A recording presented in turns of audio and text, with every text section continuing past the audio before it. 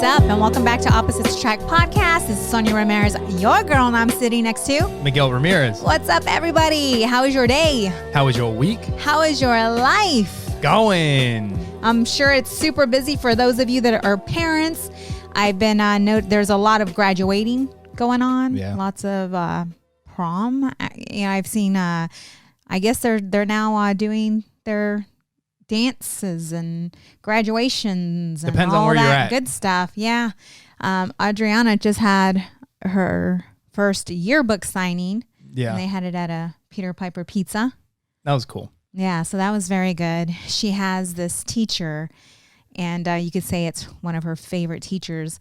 And Audrey tells me that she reminds her, or that her teacher reminds her a lot of me, and that we would be really good friends. So I went to go talk to her yesterday about Adriana, and she's like, yeah, she tells me all the time that we should be friends. She's like, so maybe we should be friends. But she was telling me about Adriana, that when she first met her, that she was very soft with Audrey, because Adriana is she's very loving. It's hard to get mad at her at times. She's very sweet. She's a very sweet girl. Yes.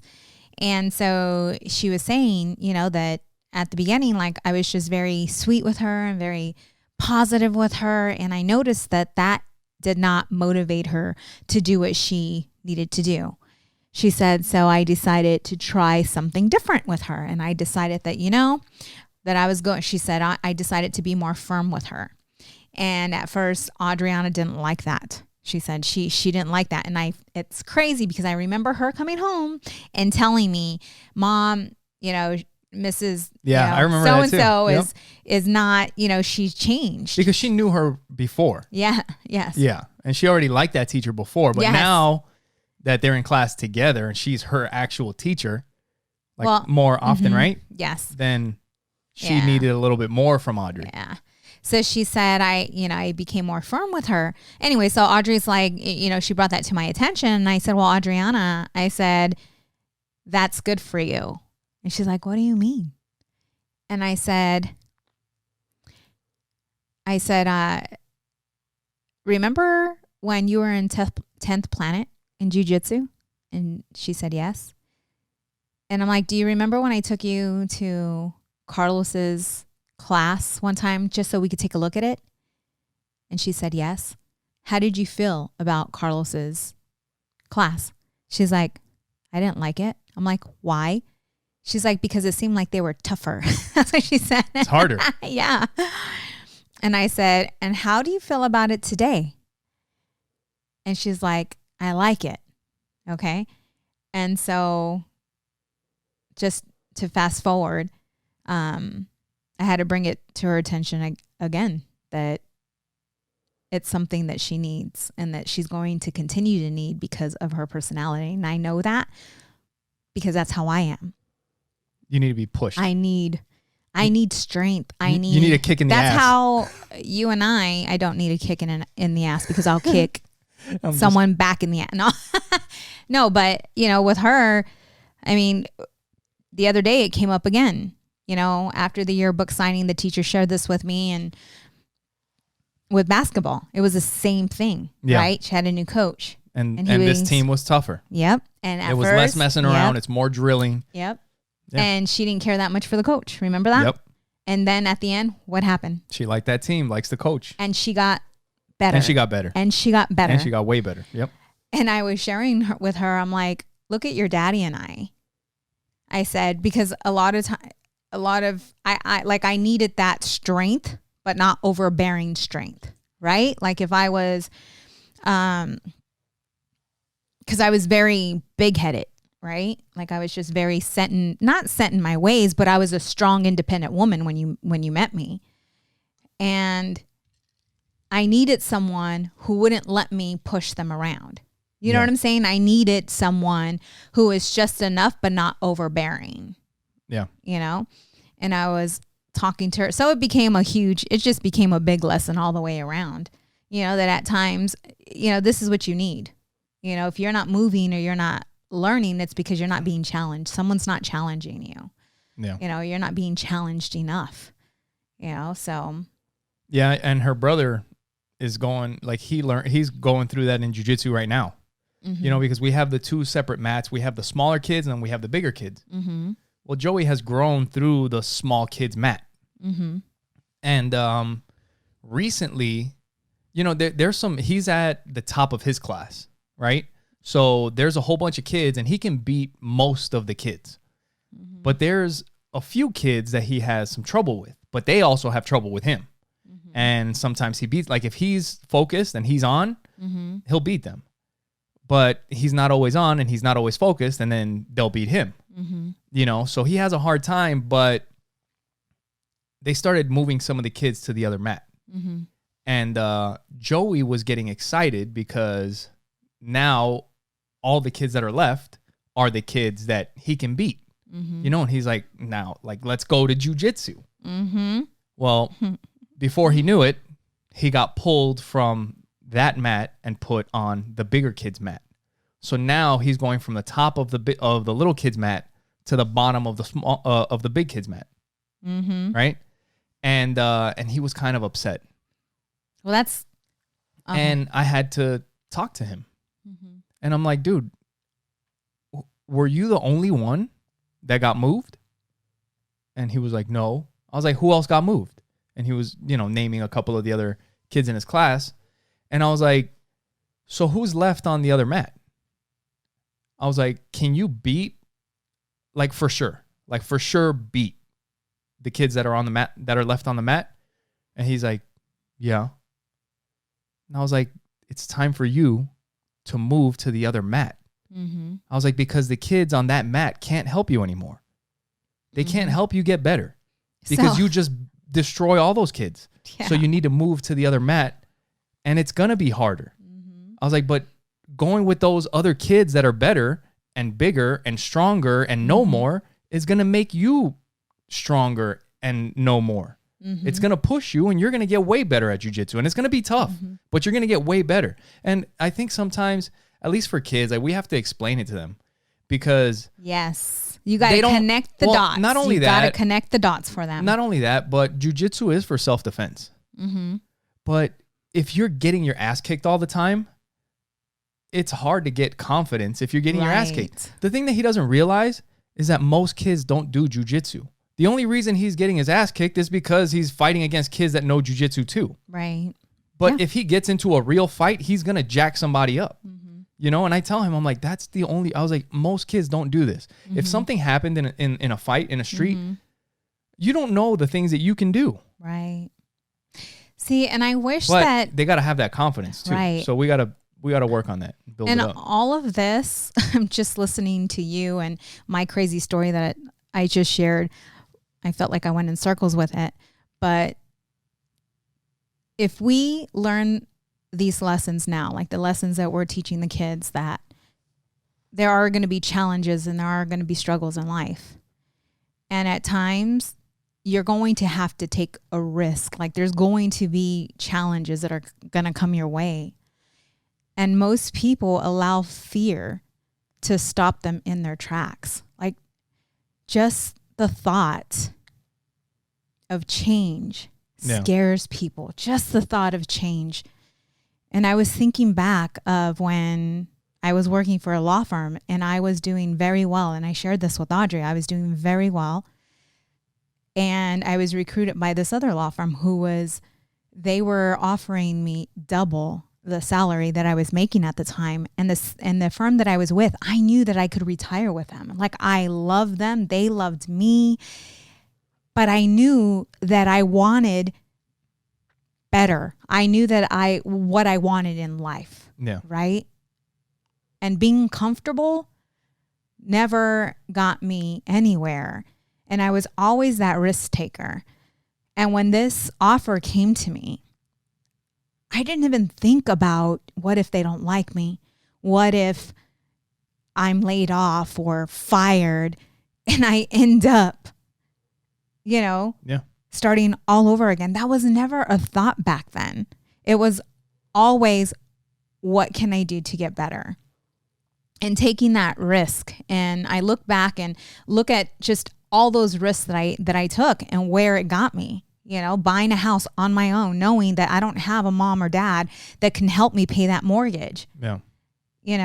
But I took the leap, and just sharing, and our kids seeing us leading by example, and with Adriana, it's like, hey, you're going to junior high, and she's excited about it and she's nervous about it.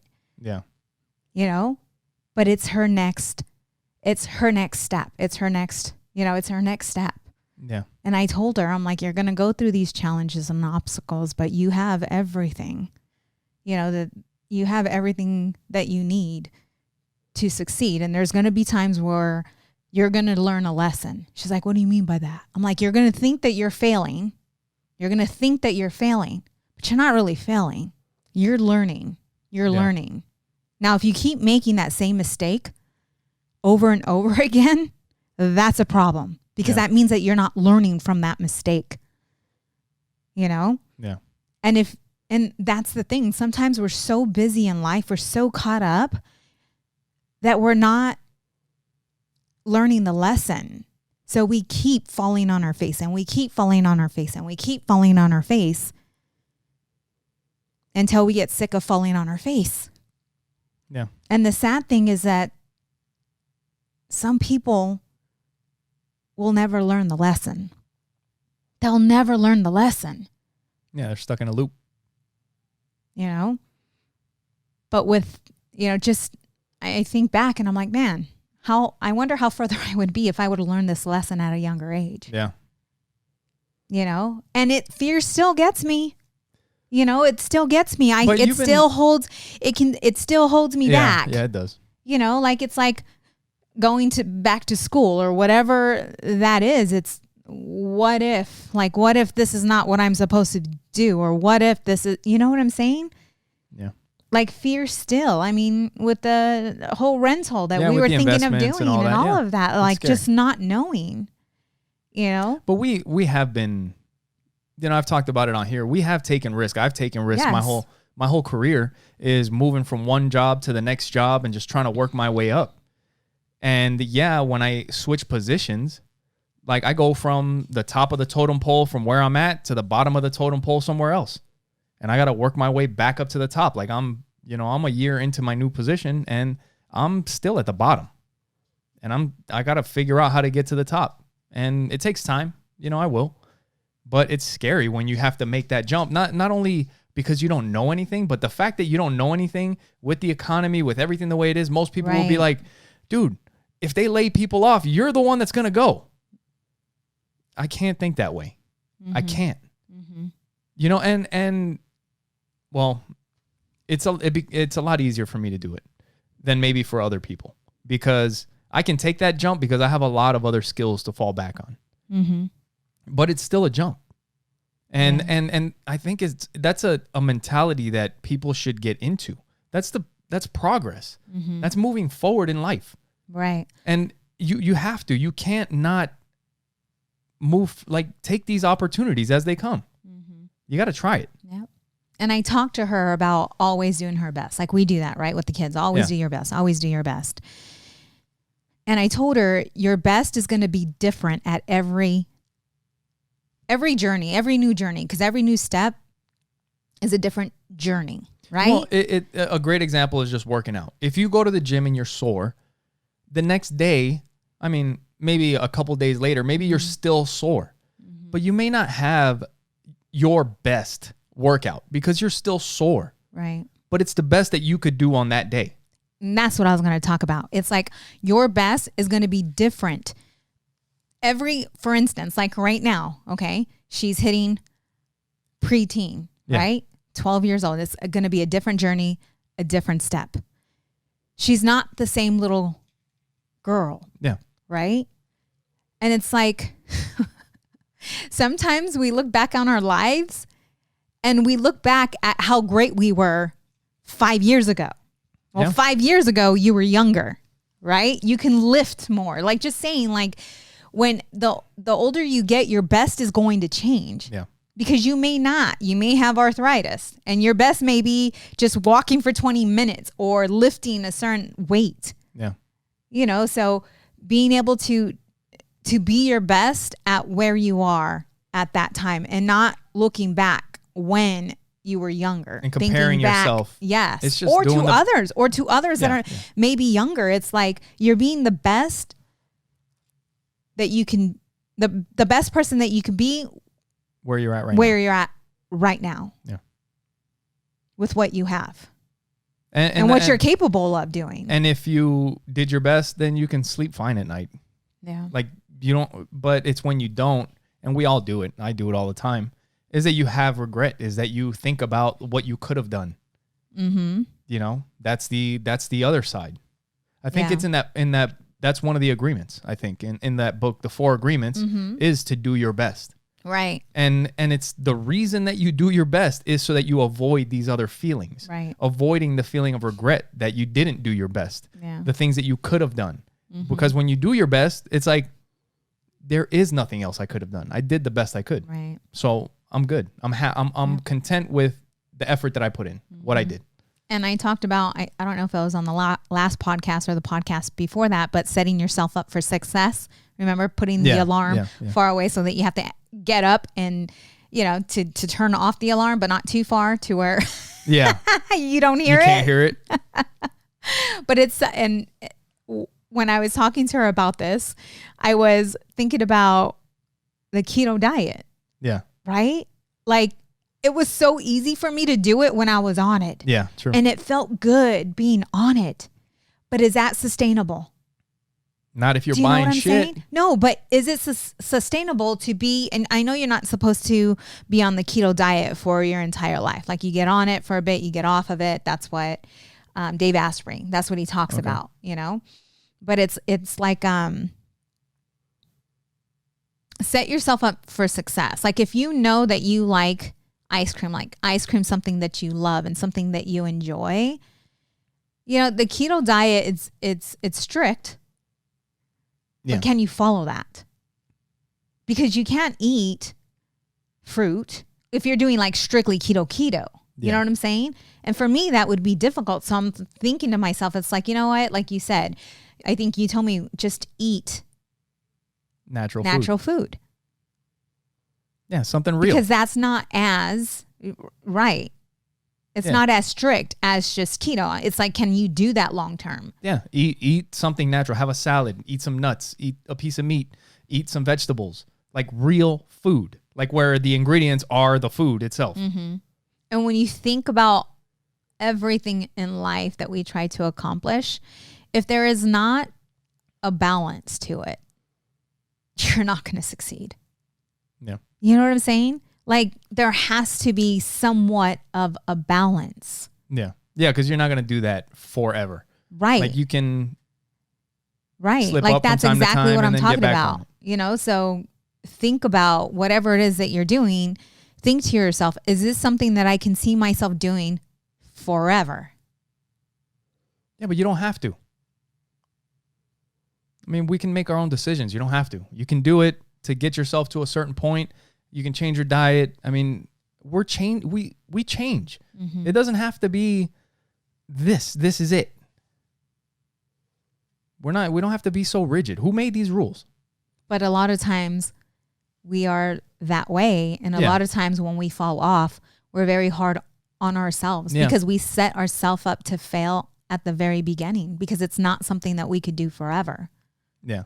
Like I'll eventually probably start doing keto again. Or if not, I'll just do what I told you is just eat more natural food. Mm-hmm.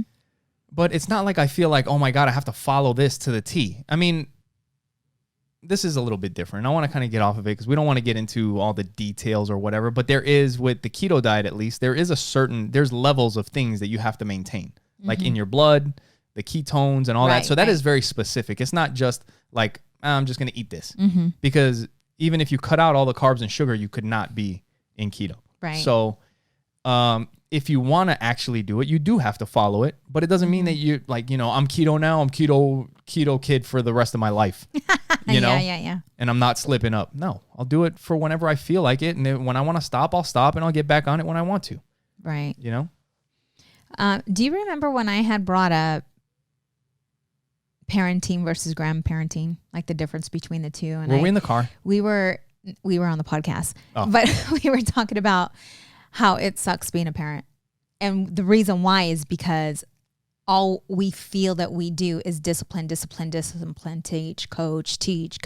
Yeah. But we don't get the time, and that's why a lot of grandparents they really love being grandparents. And I remember one of the attorneys that I used to work for coming in, and he's like, you just wait till you're a grandparent. He's like, it is the most beautiful thing in the world. He's like, because when I was a parent, he's like, I don't remember enjoying my kids the way I enjoy my grandkids.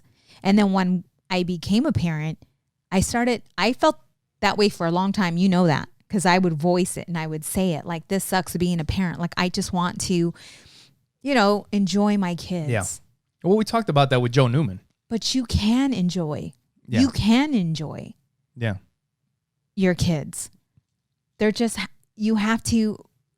And lately, this is what I've been doing, is just putting it in my, seriously in my schedule, just becoming more aware, when the kids are home, just To be with the kids. to be with, exactly. Yeah. To be with them, to talk to them, to play with them, and to get out of that parent mode mentality. Yeah. Is that mindfulness? Yes. And just sit there and talk with them and play with them and act silly with them. Yeah. Because once they feel comfortable, they will start to open up and just be kids. Yeah. And not look at you as the disciplinary. The authority. Yes. Yeah. Yes. And I've been doing that with both of them. And I've been enjoying being a parent. Yeah. You can have both. Last time I was like, So this week's been a good week. oh, this has been, it's not just been a good week. It's been a great week. No, I'm saying it's these last Yeah. No, it has been good lately. weeks have been absolutely just great. When you left to the encounter, the kids and I, we went, we had a sleepover at the church, and just being there with the kids and watching movies and eating and just having fun together, laying there and just being there with them and enjoying them. Like you said, them. That's cool. Yeah. Yep. So like you mentioned, you just mentioned the encounter, and like we talked about here, I went on the encounter last weekend. So I just wanted to kind of talk about my experience and what I saw at the encounter. Mm-hmm. And, I think, I don't know, but a lot of people, I really don't think you felt like I was going to come back a changed man. No. I think some people did. Think like they're Like who? I don't Like know, people maybe from some the friends. church, No, or- maybe some friends, maybe some family, maybe some people from the church. I don't know Oh. because I don't Oh. talk to them. I know, like that's why that. I was like you know what I who? mean? But I would Okay. imagine that you're going to this thing. It's pretty powerful, and they expect you're not gonna come back the same. So I went, and I have my thoughts, my belief, what I believe, Mm-hmm. and it was pretty much what I thought it was gonna be. Mm-hmm. I did not have the spiritual experience Encounter. in the encounter. Mm-hmm. I did have a spirit. You can if you want to call it a spiritual experience, I'll explain it. But it was not a religious spiritual experience at all. Mm-hmm. So I just wanted to kind of talk about when we first got there, the first night was all about the crucifixion of Jesus, right? Mm-hmm. And what had happened and how Jesus died for our sins. And to me, maybe Jesus was a real person. Maybe these things happened, but I don't believe that he was God, right? The Son of God. The Son of God, Yeah. the Son because of it's God. all three, Mm-hmm. right? And when I'm watching it, and I'm watching it with everybody around me, there's probably about 80 people or something like that. We're being told that that the reason that Jesus was tortured and crucified was because he was paying for our sins. Mm-hmm. So pretty much like when we do wrong, it's almost like crucifying Jesus because that's what he died for, right? Mm-hmm. So when you're thinking about all the things that you've done in your life, you know, this is kind of what we're going through. It's like all the things that you've done in your life, the bad thoughts that you've had, mm-hmm. the mistakes that you've made. Jesus paid for all that mm-hmm. by being crucified. And when we do it, it's almost like doing it again, kind of, because you're continuing to sin, right? And I just don't believe that. So I'm watching the crucifixion as like, if this is something that actually happened, mm-hmm. I see him as a man and all these other people as men. And I'm thinking about how horrible it is that they could do this to another person. Mm-hmm. You know what I mean? Not as like that they crucified God. Mm-hmm. Now, I'm not having this experience, but people around me are like first we talk about it in depth so that we understand exactly what happened and why it happened. And then we watch The Passion of the Christ, which mm-hmm. is super, like the section where Jesus was crucified, which mm-hmm. is super graphic.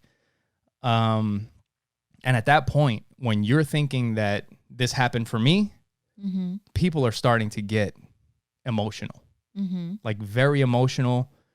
And then right after that, we start praying, mm-hmm. or not we, but everybody else, you know, we're instructed to pray, you know, for forgiveness, mm-hmm. for the things that we've done, mm-hmm. for all these things. And I'm just kind of looking around and I'm like, this is like, I can feel the guilt of the people. Like they're pouring it all out. You know what I mean? They're coming clean. Yeah. And then, but this is the thing. Before we started all that, everybody's singing. We're singing. The lights are low. We're singing songs. You know what I'm talking about, but you don't want me to say it. No, the lights get turned down low. Mm-hmm. The music gets put on, so it's putting you in a certain state already, right? People are talking about all the things that we've done, the mistakes that we've made, and how, you know, Jesus died for all this stuff. And then we're praying, and while people are praying, they're on their knees facing their chair with their head down in the seat of the chair, and they're crying. They're going through all this stuff. And then the pastor, while people are having these spiritual experiences, he's pointing out people that are obviously going through the motions like of feeling. Like they're crying. Yeah. And he's like, this one right here. And then somebody comes up to them and starts praying with them. Mm-hmm. Now, as an outsider. And these are all men. It was a men's encounter. Yes. Now, as an outsider, you know, not religious, looking in, to me, I'm thinking what are they feeling right now? Because we just watched all this very serious stuff. Mm-hmm. You're in a certain state of mind. Your emotions are they're very heightened mm-hmm. because of everything that we've been talking about, everything that we've been listening to, the music, all of it. Now you're pouring your heart out. And at that very moment, somebody comes and touches you and starts praying on you. Right. That is how you have a spiritual experience, in my opinion. That will lead you to have a spiritual experience. Yeah. You can say what you want. Yeah. So with that, it's bringing to light things that you have been holding on to and maybe have never told anyone about. Maybe you cheated on your wife. Maybe, you know, you have this deep, dark secret that nobody knows about and you're bringing it to light. Yeah. You know, and then for me, like just listening to your story and knowing all these men in one room, and the reality is that it's not okay for a man to talk about his emotions. It's not okay for a man to cry in front of another man. That has nothing to do with it. So to hear this, that's not what I'm talking about. sharing with you what I'm feeling from I'm talking this about and what I'm hearing. I understand, and I understand that, and right. that is a society thing where men are not allowed to show emotion or whatever. But that's separate from making people have spiritual experiences. That's what I'm talking about. So while people are going through all this stuff, mm-hmm. they're crying, they're being prayed on. Mm-hmm. Shortly after that, they start putting 9-inch nails in people's hands. And then people really start losing it. You know, and I can see exactly what's happening. This is being, at least in my opinion, I'm watching it being done to them. Do you know what I mean? No, I'm sorry if it sounds harsh, but I was there for 3 days. So was I saw it multiple times throughout the entire thing. You know, I talked to a bunch of people there, and this was, I don't want to turn this into a whole, you know, bashing thing. Cause it's not, you know, I think there are some good things. I think you have to be careful. And I talk to you about this all the time. I've talked about it on the podcast. It's tough. It's hard. I just don't understand, because I'm sitting there. I go to, like, I can't imagine like another person that's less religious than I am that goes to church more than I do. You know what I mean? And I'm sitting there talking to these people, and I'm like, look, I'm in church almost every single Sunday. Almost every single Sunday with my family. I don't believe, but Jesus is here. And I mentioned this on the podcast. Like, and you know what? This encounter weekend, church, that's one level. The encounter is like level 10 of church, right? You know, church may be level 5. You know, maybe I'm level 0 because I'm agnostic, atheist, whatever you want to define me as. Maybe going to church is level 5. The encounter is like, it's up there because there's shit happening all around. Oh, they get in it. You know what I mean? I was there. It happened to my left, to my right, in front of me, behind me, all over the place. How did it? I know. I want to ask you a question though, because I didn't get to ask you these questions because we're talking about it here. But how did you feel to be surrounded by men who were loving on each other and praying on each other and having compassion for each other? That was great. That's great. Yeah. Have you seen that before? Have you been around any of that before? I'm like that.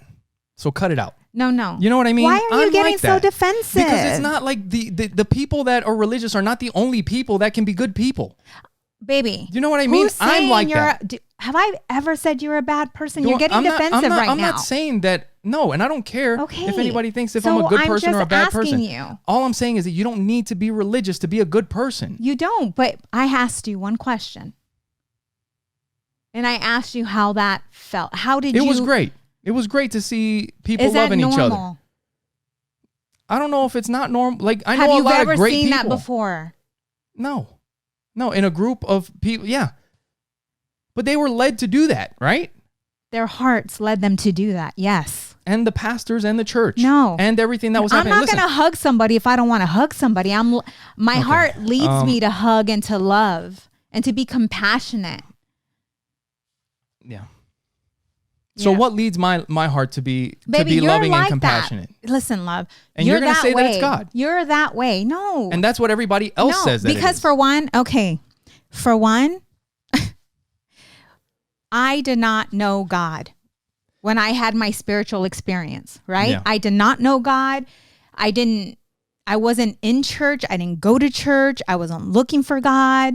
None of that. I didn't have that when I first had my encounter with God.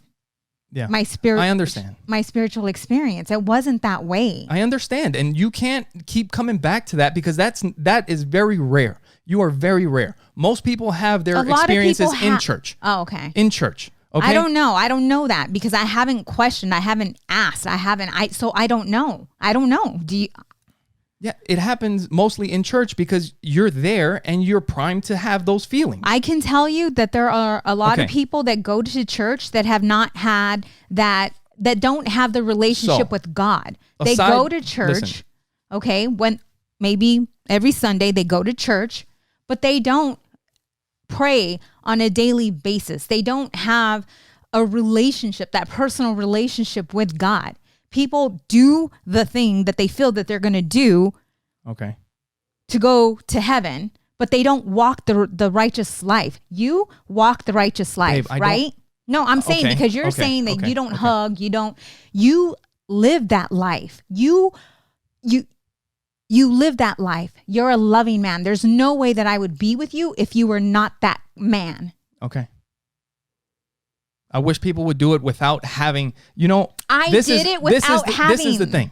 Okay, stop going back to that because I just said that you're different. I know, but a lot of people love people even without. Like, people aren't good people because God says you have to be a good person. Now you're going to the other side. So now there's good people that... I was a good person before I met God.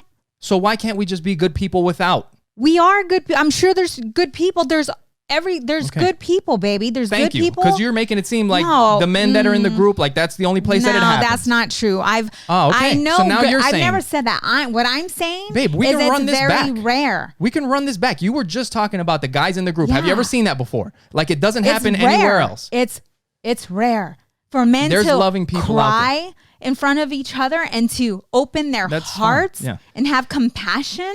That's good. I've never, and I'm older than you, so I have more experience, right? No. So I have never seen that. I'm sorry, but I haven't. Okay, so let me share my experience, please. So we were there. There was a song. The atmosphere is changing. They start chanting. I can't remember what it was. Something... There was like something about change, and then like it's like up to me or something like that. I can't remember exactly what it was. When you change, everything will change. Changes. Something like that. Yeah, yes, that's true. So the atmosphere is changing. This is the thing, is that they're having you sing songs about the atmosphere is changing. The Spirit of the Lord is here. The evidence is all around. The Spirit of the Lord is here. They're giving you this, and then when they play the music, when they show you the passion, when they put the freaking nail in your hand. That's all the evidence that you need. But you don't realize that they gave you the evidence. They put the nail, somebody put that nail in your hand. So that's what I'm talking about.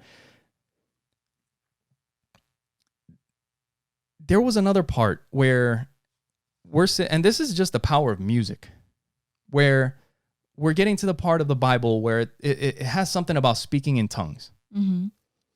And there was some music that was playing, and we were getting ready to all have this experience. Like everybody was just like we were told, like just, when you have that spirit, when the Spirit comes into you, you just let it out. Mm-hmm. And that's what, like, people don't understand it, but that's what the speaking in tongues is. It's God coming through you and you speaking it out. Mm-hmm. You can't understand it. Nobody can understand it. That's what it is. Mm-hmm. So when we were getting ready to do that, the music that they were playing was very upbeat. Mm-hmm. And the pastor said, let's change this music because it's messing me up. Mm-hmm. I don't know what music has to do with God downloading his message into you. Mm-hmm. I don't know why we need special music. I don't know why the lights need to be low or the music needs to be changed. If God is here, you shouldn't have to change music. You should just be speaking in tongues. I don't know. But that seems like it's putting people into a certain state so that they can go along with what's happening. At least that's the way I saw it. I was there, just like everybody else. The only thing is that I don't believe what everybody else believed. Mm-hmm. And then all of a sudden, everybody started speaking in tongues. Everybody, every single person, everybody around me, maybe except for a couple. Everybody, babe, there was a lot of people. You were sitting in one section. This is the thing, is that when this stuff is happening, everybody has their eyes closed, they're speaking in tongues, they have their hands up, and guess who's not doing any of that? Me. I'm looking around. Yeah, I'm watching everybody do it. And I sat with, there was another thing. There's a part where they were talking about, there's a story about Noah. And Noah had been drinking too much wine or whatever. Mm-hmm. And this, I actually just looked it up before the podcast, but this is something that I guess a lot of people have an issue with. Like they've looked it up. Like when you look it up, there's an issue. Mm-hmm. But Noah drank too much wine, got messed up, and his son Ham saw him or like walked in on him, and Noah was drunk and naked. Mm-hmm. So Ham went and got his brothers like, come here, come check out dad. He's messed up. Mm-hmm. But that's disrespectful to his dad. So Noah and God apparently cursed Canaan. So Ham, Noah's son, went and got his brothers to see so that they could check out his drunk dad. So what Noah and God did was curse Ham's son. They cursed Noah's grandson. That had nothing to do with what happened. But that's just the thing. Like I don't remember exactly how you play that off as like, yeah, you know, that's what they get. No, that's not what they get. That he had nothing to do with that. You know what I mean? So how are you going to curse the grandson who did nothing? To me, that doesn't seem fair. While I was at the retreat, one thing that I was thinking is what's actually happening right now. And if you guys look it up, in Israel, at the Holy Land, the Palestinians and the Israelites have been shooting rockets at each other recently.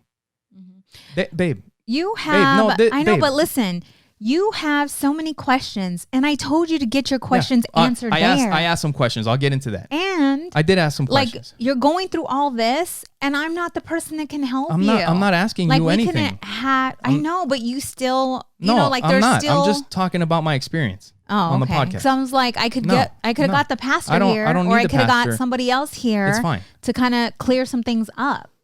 There's nothing to clear up. If you guys want more information, depending on what side you're on, look it up. If you want to look up the Bible side, look up the Bible side and agree with that. If you want to look up something else, look it up. I don't care what people believe. I'm just telling you my experience. But while I was there, I'm thinking about all the real shit that's happening in the world. Like people are dying in Israel and Palestine over the Bible. Over the Holy Land. Over religion. It's the Bible. They're following the Bible. They're following the Bible. You can say what you want. They're following the Bible. Their laws come from where? The Bible. And they are very strict about the Bible. And they believe that they are the chosen people, that is their land, and they're killing each other over it. And the thing is that when you have that God-given right, then who is to tell you no? You need to freaking leave because God said, this is mine. Where's the compassion for people? That's what I'm thinking. Is I don't care what side you're on. We are all people. We need to cut the shit and get along. That's what I'm thinking. And I'm thinking that it's super sad because all it's doing is creating more us versus them. They and we. That's what it is. And I'm sick of it. There was a point during the encounter, I did ask some questions. I sat down with some people and they were like, what's up? They said that? Pretty much. Like, what's up? Because the thing is that you can tell. Or how are you? No, it was pretty much like, what's up? Like what's going on? Like, oh, okay. What's happening? Because you're obviously not going along with anything that everybody's doing. So something's got to be up. And I was just like, there's just too much that doesn't add up. Like what? And I'm like, how much time you got? Noah, all the animals, what did they eat? How did you get them off the boat? How did he get them off the boat without them killing each other? How'd you get the lions and the cows off the boat before they killed each other? Where was all the food? You know, like these are all things. And as soon as I started asking these questions, there are no answers to these questions. Because people don't want to look at that stuff. They just want to believe what they want to believe. But you don't want to think about the reality of it. You know, getting animals 2 by 2 from across the globe. Yeah. The penguins from New Zealand had to go to the ark. They had to stay on that ark for an entire year. Or however long they were on there. But I think it was about a year. And then they had to get off the ark and go back to New Zealand without being killed by the lions and the bears and all the other shit that was supposedly on that ark. And I don't know what they ate because lions eat 10 pounds of food a day. So, and with only 8 people on the ship, with Noah, his children, and their wives, with 8 people on the ship, how did you take care of those thousands of animals? See, I'm not going to follow unless you can explain all these things to me. And you need to make sense. You can't come with, well, the power of God did it. Because I haven't seen any proof of that. Do you know what I mean? And then I asked another question, which was, hypothetically, could there be two people who live their life like walking in Christ, or whatever, like you would call walking in Christ? Like you're just a good human being. You follow what the Bible teaches. Mm-hmm. You believe in charity. You do your best for others. You're just genuinely a good person, right? Now you have two people that are, let's say, over the course of history and the billions of people that follow Christianity, because there's billions or millions.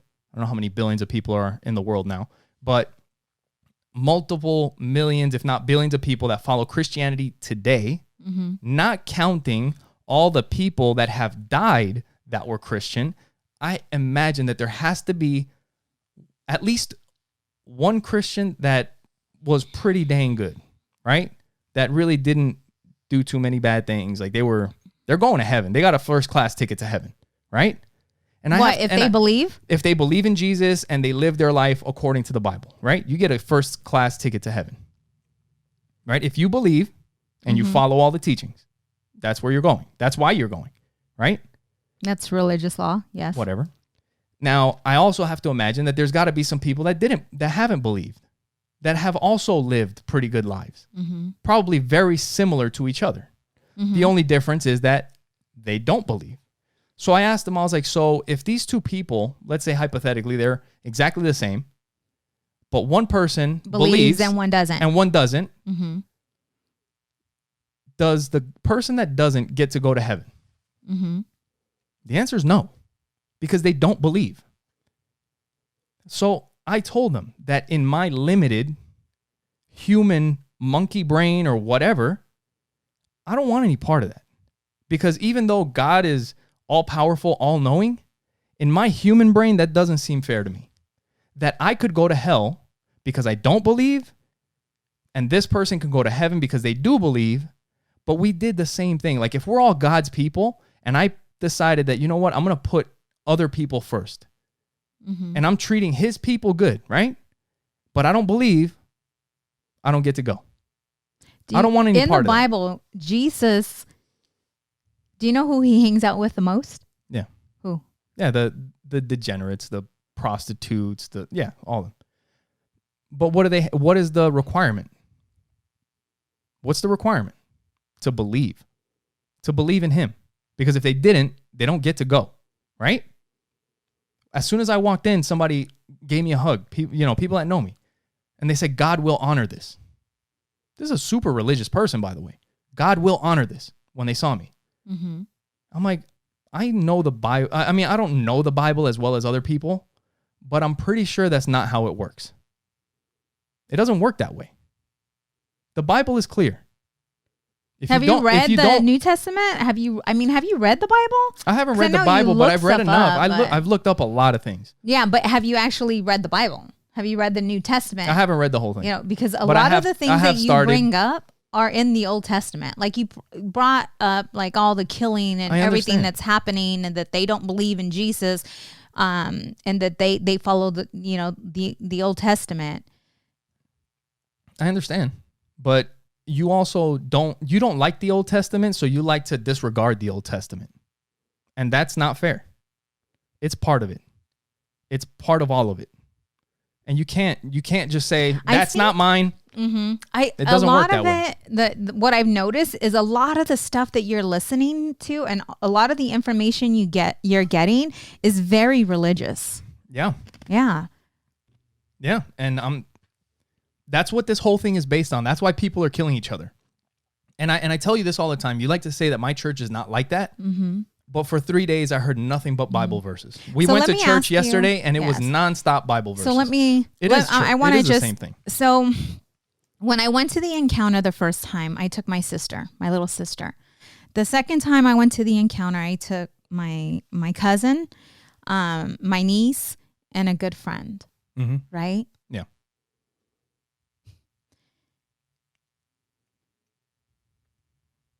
For them.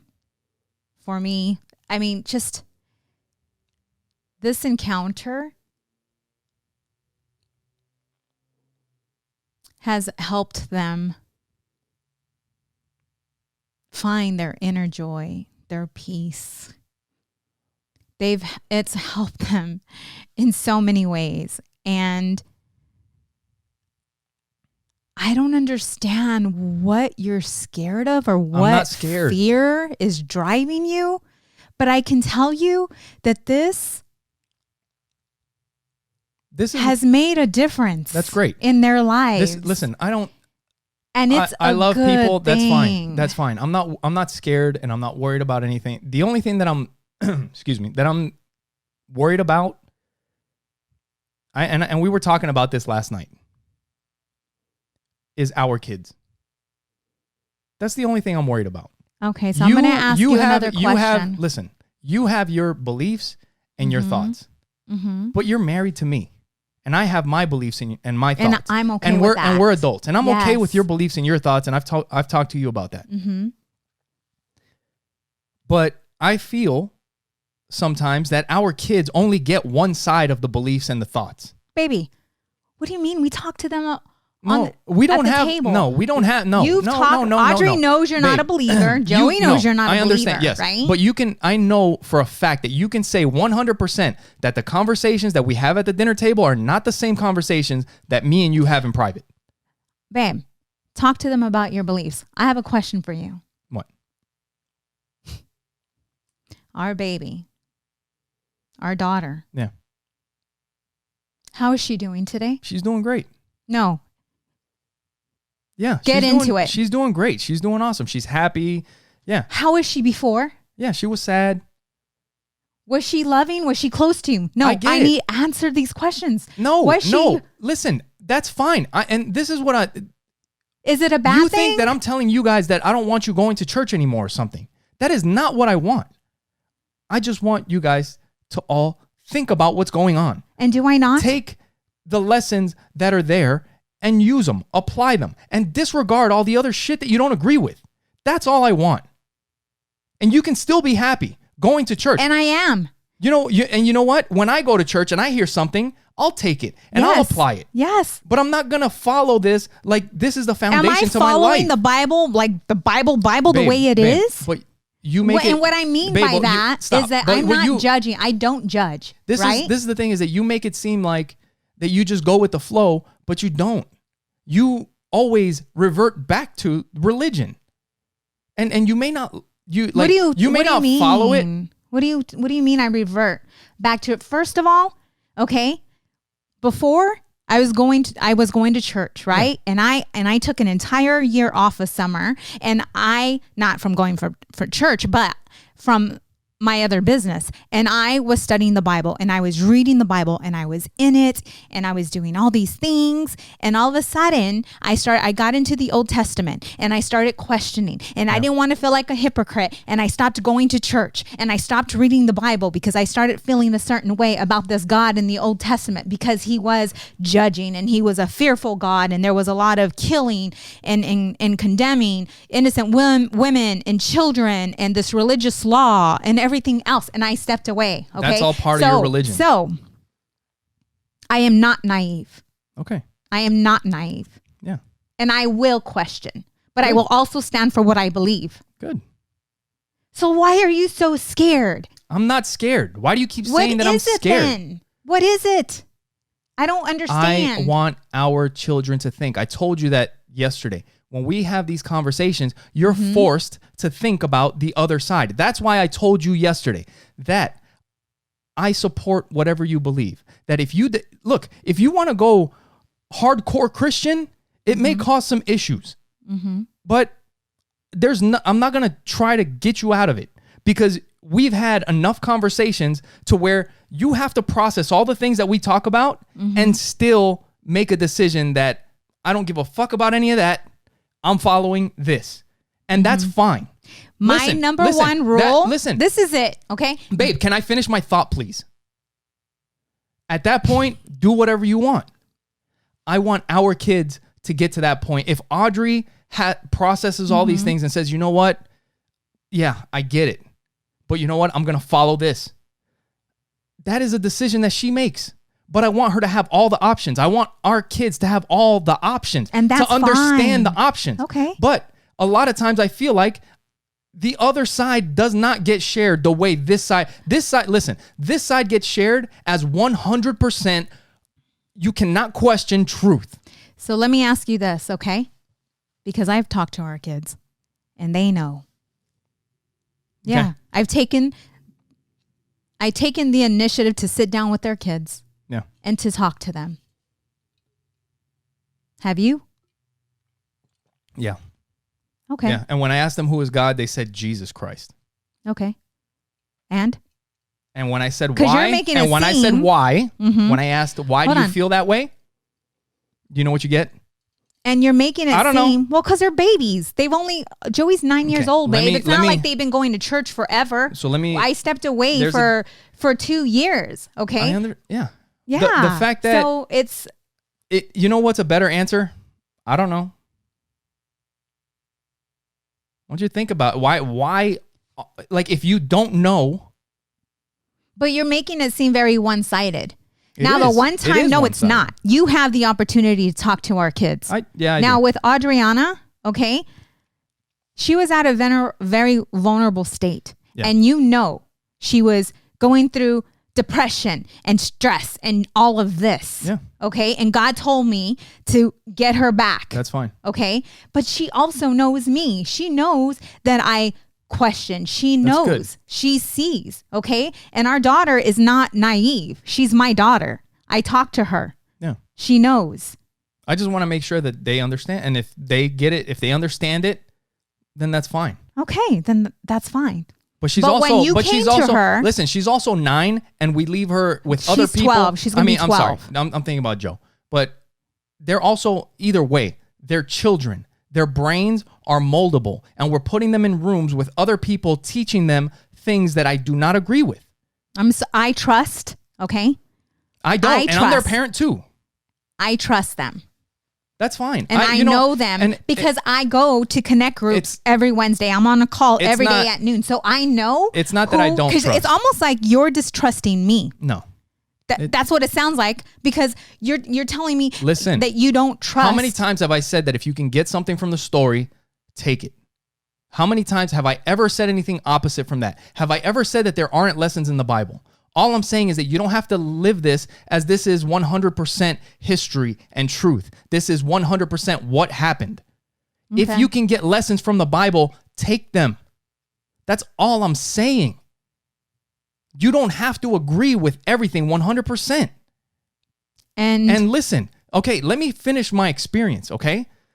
When we're there, we have to go through a list of all these things that we've kept inside. Mm-hmm. And we have to write them down, and then there's a bonfire and a big cross, and then we're throwing all of these things into that fire. Mm-hmm. At that point, I started getting a little sad, because I know maybe not everybody, but there are some people that threw some stuff into that fire that they wrote down on that paper that they're going to need some professional help for, some real help. Mm-hmm. And I talked to you about this. And I talked to you about it as well. Yeah, and you said you were going to bring it up to the church. No, because there are resources. That's great, but they need to bring them up. Like, don't send people on their way. You need to share that there are resources for people that are dealing with serious shit. This is not something like bring up and stir up all these emotions, throw them in the fire, you're good to go tackle the world. That's not how we do it, though. They find a connect group. There's a support for everyone. Stop. I talked to you about it. There was not, like, for somebody that needs therapy, a connect group is not going to do it for you. Oh, yeah, but you're saying like they're somebody that has an addiction, the connect group is not going to do it for you. You need to work that stuff out. Right. With professional help. That was not offered. But and I cleared that up for you. You keep bringing this up, and I cleared this up. There are resources. What I'm saying is that is the danger. And that's where I felt bad. And I'm hoping that the people that are throwing, like, literally, I wrote it down, like, whatever you wrote down on that paper, you should have probably made a copy of before you threw that fucking paper in the fire. Because these things are not going away just because you threw them in the fire. You're not a different person the next day just because you threw those things in the fire. These things are coming up. Your anger is coming up. You know, your whatever it is, the addiction is coming up. The thing is that now you've told God that was you yesterday. And when it happens again and you didn't get help for it, now you're letting God down. And you can say what you want, but that's the guilt part. And you need to know that it's okay, but you need to find help. You can't just keep doing the same shit over and over. You got to fix it. Right. That wasn't offered. Now, hopefully they can start offering that. Mm-hmm. But that's where I felt sad. Yeah, they do. There are resources like I was sharing with you. There was a lady there who was an alcoholic. Yeah. Okay. And she left it at the cross. And she connected with people at the church who also were alcoholics and who got the help. And she went to see a therapist, but she also connected to other individuals that went through what she went through, so that when she felt like she was going to slip up, she had somebody to call as well. This is what I was going to tell you. Have a support group, so that, because they are going to feel shame, right? Like they are going to feel shame when they take that drink. But I can tell you that before they take that drink, they're probably going to think about it. Probably. And some people will call somebody and some people won't. And it's going to be okay. And not everybody is like that. And because not everybody is like that, they need to make sure that they extend the hand to the people that are not like that. Yeah. Because there are some people that will pick up that bottle, they will take that drink, and they're not going to call anybody because of the shame that they feel. And then, hold on. So this is the thing, like, I wasn't there for yours, so it's hard for me to like with mine, like at the end of it, the last day, they talked about it. Like, we are up in this, mountain right now. Yep. And you have all the support and you feel all the love and all the compassion. But when you go out into the real world, that's when you're going to be challenged. Yep. That's when reality is going to hit. And when that hits, that's when you want to reach out. Like there's okay. and so I don't know if that happened where you're at, but being there with the women, they, like my cousin, she's going through something. She connected with another woman who has kicked that habit or whatever, that addiction. Yeah. And she went and she got the help, and those two linked up. Yeah. That's good. Listen, the people that are helping. Sorry. And they told them, it's okay. Yeah. You may slip. You're going to take a drink. They mentioned that there. And that's okay. Yeah. But get back on the right path. Reach out. Get the help. But if you have serious problems, you need professional help, and that's not it. And who's denying? Who's saying that they don't? It wasn't offered, babe. So listen. You know how when you talk about school, like going back to school, right? What do I tell you about going back to school? I don't know. That you don't need, like, why don't you just learn whatever it is that you want to learn? Like, why do you feel like you have to go to school to learn what you want to learn? Mm-hmm. And you feel like maybe it's the credibility of having a degree or a certificate or whatever. I remember the conversation. And the thing is that it is true. Mm-hmm. Like, the certificate does mean that you went to professional training. Mm-hmm. How many people have gone through like therapist training, like psychological training? I don't know, babe. I'm guessing that what they focus on is religion and the Bible, what the Bible teaches. That's not therapy. That's not therapist school. That's not, going to school to be a counselor or something like that. Mm-hmm. You're studying the Bible. That's not related to the issues that these people are, the addiction, the rage, the sex problems that people have. Mm-hmm. That's not related to this. That's a mental issue. I want somebody that studies the brain to help these people. Well, we have both gone through trauma as children, right? I wanted to read a couple of definitions of different things. So in the military, when you first show up, you go through INDOC, and it's where they break you down and they build you back up. Mm-hmm. INDOC is short for the indoctrination. The definition is the process of teaching a person or group to accept a set of beliefs uncritically. Accept it. This is the way it is. Religion is the belief in and worship of a superhuman controlling power, especially a personal god or gods. This is from the Oxford Dictionary. A cult is a system of religious veneration and devotion directed towards a particular figure or object. A relatively small group of people having religious beliefs or practices regarded by others as strange or sinister. So because it's smaller and not as popular, not seen as like an accepted thing, it's a cult because it's strange and it's sinister. Atheist, a person who disbelieves or lacks belief in the existence of God or gods. This is a word that is a bad word for most people. You know, atheist is just like, how could you be an atheist? But I don't know where you got that from. All that means is a person who disbelieves or lacks belief in the existence of God or gods. An agnostic is a person who believes that nothing is known or can be known of the existence or nature of God or anything beyond material phenomena. A person who claims neither faith nor disbelief in God. Mm-hmm. Now, I guess I don't understand, like, the need. Like, why can't we just be good people? Like, why do you have to have that belief? That's when I was one thing that I did experience when I went to the encounter was we had a couple hours to ourselves.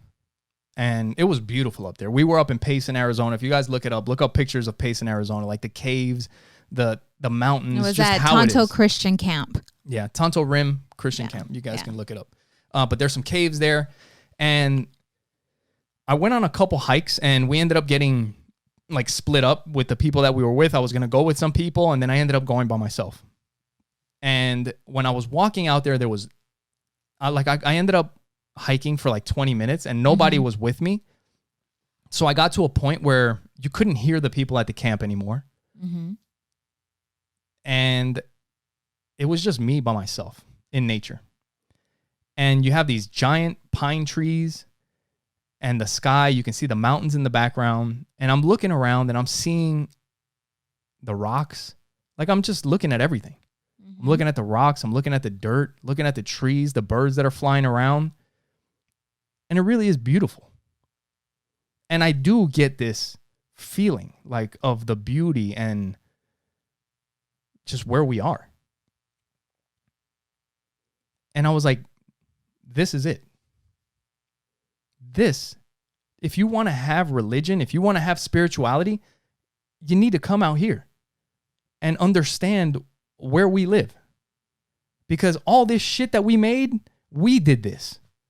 What's real is what's out there. That's what reality is. We created all this shit. And all the stuff that we made up, it seems like all it does is divide people. And I think people don't like to think about the entire picture of what we do. Like religion, spirit, like you're very spiritual, but you lean towards the Christian side. And just, if you lean, you got to understand the entirety of it. You can't just be like, well, I like this, I don't like that. I don't like that they're shooting rockets and killing kids over there. But it's happening right now. It's all part of the same stuff. And I'm so tired of the division. It's just another thing to divide people. And we're all the same. And we just need to treat each other better. Regardless of the freaking religion, regardless of where you come from, regardless of all the stuff that we've made up. I don't everything, understand. when you look at everything, and I've talked to you about this. So what? Are you going to stop paying taxes? Are you going to stop? Everything is made up. Everything was someone. No, yeah, there are stories that we made up. There's certain stories that we have to follow because another story is the story of prison, and I don't want to go to the story of prison. You know, like just because I don't believe in the government, they fuck everything up. You know what? I'm not paying my taxes. Well, guess what? They made up this story called prison, and guess where you're going? What? You know what? What am I gonna do? Fucking be locked in my cell? I don't believe in this shit. Clink, clink, clink, clink. You know? Yeah. No, there's some stories that we have to abide by. And there's others that are unnecessary. Just be good to people. If you need help, you need help. Find some help. Get some real help. You can't always just hope. You know, sometimes getting older does fix things. Having experience and getting older, learning knowledge, like somebody there was talking about how they were always angry. The thing is, this guy he's Christian and he kind of figured it out. He was like, when I was younger, I was super angry. He's like, but as I've gotten older, I've kind of chilled out. Mm-hmm. He's like, maybe it's because I got older. And I was kind of surprised that he said that because I would have thought that us being at a Christian camp or retreat or whatever, that it's going to be like, you know, thank God that he took the rage from me, you know, or something. And now I'm not as angry. I don't know. Or something. Like, but the thing is that I went through that, right? I have a short temper, but it's been getting better. And I'm like, I kind of understand what you're talking about. Do you know what I mean? Because it's happening to me. My temper is getting better. My anger is not as like it was before. I'm getting older. I'm learning more. I'm changing. People change. But it doesn't have to be from above, from this, you know? But I still, you know, one thing I did tell him is I love people. I do love people. I want the best for people. Yeah, for everybody. I mean, this is where we live. I don't know. I just, I just can't. I can't put it all together and just follow it. I just, you know, like I've told you, I'll take the good and I'll use it, and the rest you guys can keep. That's how I feel. You know, but I do love you and our family, and that's why I went.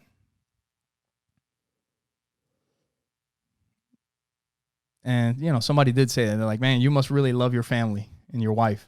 And I'm like, I do. That's why I'm here. And I don't ever really mean this to come off as disrespectful, but man, for me, I don't know if you can understand, because you say that you're somebody that's very, like, you're an empathic person, right? You feel other people's feelings. And for me, sometimes like this is just fucking exhausting. Is like listening to everything that people are following. And I just like, let's just move on and live life. Like, why are we still talking about this, in my opinion, made up stuff? It's exhausting. I've never heard you talk about it so much, to be honest with you. It's because it's all around, like, nonstop. When it's, yeah. Well, when I walked away from the church for 2 years, I can tell you I didn't hear anything from you. Yeah, you weren't trying to talk to me about anything. Babe, that's because it wasn't, we were focused on what we were focused on. We weren't talking about that. Our family is very in this right now, right? That's why. It's not just that, baby. It's not just that. Okay. How is it you not? have someone very close to you that is very religious. That I get it. You just said talking to you about everything that is that's filling you. Like you're looking up all this truth. I don't know what you want to call it, but I don't know. You seem very overwhelmed, you know, and it's like I'm not overwhelmed. I'm just, you're overwhelmed. And you're looking, the whole empathy thing, like with you, like knowing how I feel, knowing how I think. Can't you see how that would be exhausting? Like for me, I feel like there is nobody for me to talk to, really. Because you go to church, everybody around me believes in one way or another, right? For the most part. So, and the truth is that if you're atheist or agnostic and you have these thoughts, if you talk to somebody else about them, they're going to be like, oh, he's one of them. Like it's the them and us. So you just said that you feel like you have nobody to talk to? About this stuff? You don't talk to me about this? I mean, I hear it every day, all day. This is the thing, is that we don't have...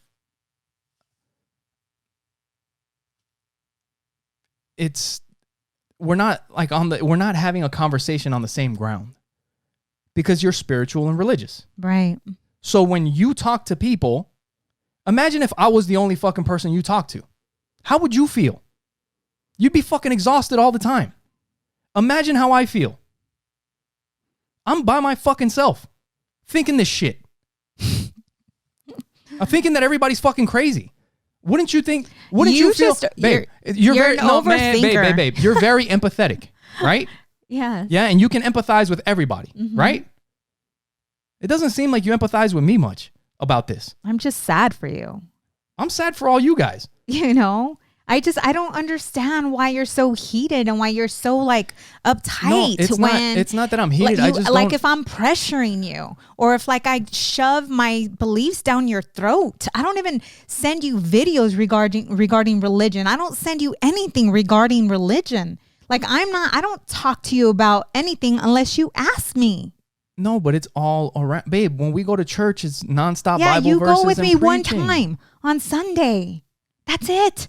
Yeah. One time. Okay, babe. It's not once a week. One time on Sunday, and then you guys go on Wednesday I don't and come talk back to you and we about talk that. You're going to Thursday, jiu-jitsu, love. Or Fridays. Yesterday we were there. Yeah, but when do I go? All weekend. You went to Encounter and came back. Okay. You went to 2 or 3 and encounters I didn't and came back. talk to you about it unless you ask me about it. There's no way that it doesn't come up. Unless you ask me about it. Because I don't want you to feel this way. So I won't talk to you about it. Can you be empathetic? Do you understand what I'm talking about? I understand how you feel, but it's like it's just like this. It's just like, you know, and I don't know what to do. You know, all I do is I pray. That's it. I pray. That's it. That's all I can do. I can't do anything other than that. Yeah. And love you. That's it. My job is to love you. That's my job. That's it. And your job is to love me. And that's it. That's it. Well, yeah. You know? I don't know what to tell you, but right now, as we speak, there are Muslims, Jews, and Christians killing each other in the Holy Land. Your mom's going to be calling you, by the way. That's fine. That's fine. And she's going to be like, hey, are you guys okay? I'll be like, hey, have you watched the news? The Jews, Muslims, and Christians are killing each other again. I don't care. Like that's the stuff that nobody wants to look at. And I just wish you watched it. They're carrying kids that are hurt. I don't care. So what can we do about it? Be good people. We don't need the religion. We are good people. Good people. We are good people. Yes, but let's leave that alone. Why don't we just be good people to everybody? I am good people to everybody. I understand, but I can't control everybody else. I can only control I'm talking about the religion part. I know, but that's the thing, right? It's like all we can do is control what we do and how we are and how we treat people. And I've told you that if you were like, whenever we have the spiritual talk with you, I never come at you. It's as soon as you start bringing up that it's this specific God, that's when we start having trouble. But I don't even talk to you about that. Babe, I don't. Wait, we were just having a conversation and then you said the Bible says, and I'm like, yeah, whatever. Yeah, but we were talking about something. It's not like I'm coming at you with that. We were having a discussion. Okay. But you were referencing the Bible to answer the question. That's the problem. Babe, you know, we have been through a lot together. Yeah. And I have loved you and I've gone through so much with you. Mm-hmm. And all I did was love you. I did not judge you. I did not condemn you. I did none of that. I supported you. I loved you.